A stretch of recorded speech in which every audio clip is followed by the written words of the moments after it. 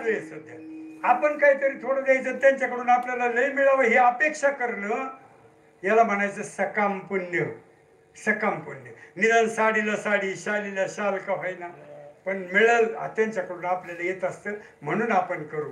यानं कधी देव भेटत नाही ना संत भेटत नाही, आणि त्याच्यामुळे आम्हाला ओळखायला येत नाही. देव कळत नाही. देव तर कोणालाच कळत नाही. देव काय असं कोणाला येऊन भेटत नाही आणि बोल बेटा तेरा, अजिबात नाही. असा कधी देव कोणाकडे आलेला नाही. चुकून तुमच्याकडे कोणाकडे आला असला तर माझी ओळख करून द्या.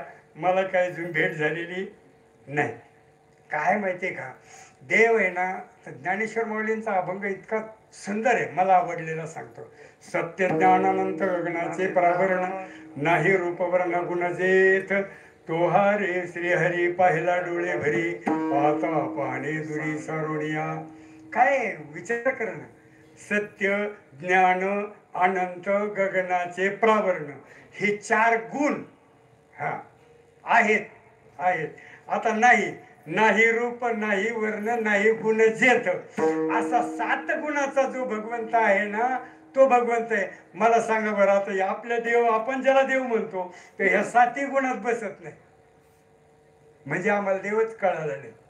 बर, दुसरी गोष्ट अशी आहे की साधू संत असो, देव असो, या सगळ्यांचे ऋण आपल्यावर आहेत आणि त्या ऋणातून आपल्याला मुक्त व्हायचं असतं.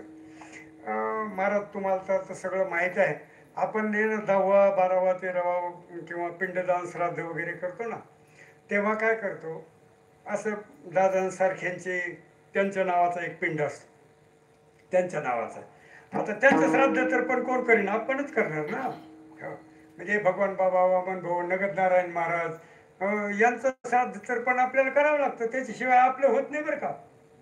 हो, मग ते आज म्हणजे आजोळकडे आणि इकडे दोन्हीकडे किती होऊ द्या, ते 14, 15, 18 पिंड काय व्हायचे ते होऊ द्या, पण जर का गुरूंचा पिंड नसेल, संन्यासी गुरु आहेत, तर त्यांचा पिंड कोण दे, म्हणजे उतराई व्हावं लागतं तिथं सुद्धा आणि इथं सुद्धा. मग काही गोष्टी अशा आहेत की एक तर पितरांचं, दुसरी गोष्ट साधू संतांचं, तिसरं देवाचं, आणि मग बाकीच्या अजून देशाचं वगैरे समाजाचं, असे ऋण भरपूर वाढतील. पण हे 3 ऋण महत्वाचे. या 3 ऋणातून मुक्त होता येत नाही. परंतु असं नाही व्हायचं मुक्त होता येत नाही म्हणल्यावर करायचंच नाही. प्रयत्न तर करावा. प्रयत्न करायचा, नाही झालं तर नाही झालं, हरकत नाही, पण प्रयत्न करावा या ऋणातून मुक्त होणे. आणि ऋणातून मुक्त होण्याचंच हे 20वं वर्ष आहे.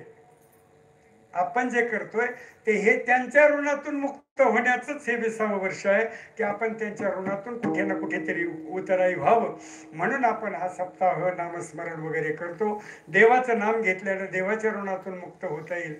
साधू संतांचं नाम घेतलं, त्यांची जयंती पुण्यतिथी केली तर त्यांच्या ऋणातून थोडं मुक्त होता येईल. आई वडिलांच्या ऋणातून कधीच मुक्त होता येत नाही, तरी सुद्धा प्रयत्न करणं गरजेचं आहे. आणि मग तो प्रयत्न आपण केला पाहिजे. या नियमानं सगळं आहे. बरं, मागत असताना कुणाकडं मागावं? देवाकडं मागितलं तर देव कोणाचं काही भलं कधी करीत नाही. महाराज, देव कोणाचं वाईटही करत नाही, देव कोणाचं चांगलंही करत नाही. केले कर्म झाले त्याचे बघा.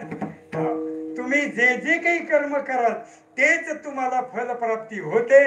देव कोणाचं वाईट करत नाही आणि देव कोणाचं चांगलंही करत नाही. तुम्ही अजिबात असं समजू नका की मी लय चांगला वागलो म्हणजे देव माझं कल्याण करेल, अजिबात नाही. बरं, गंमत सांगू.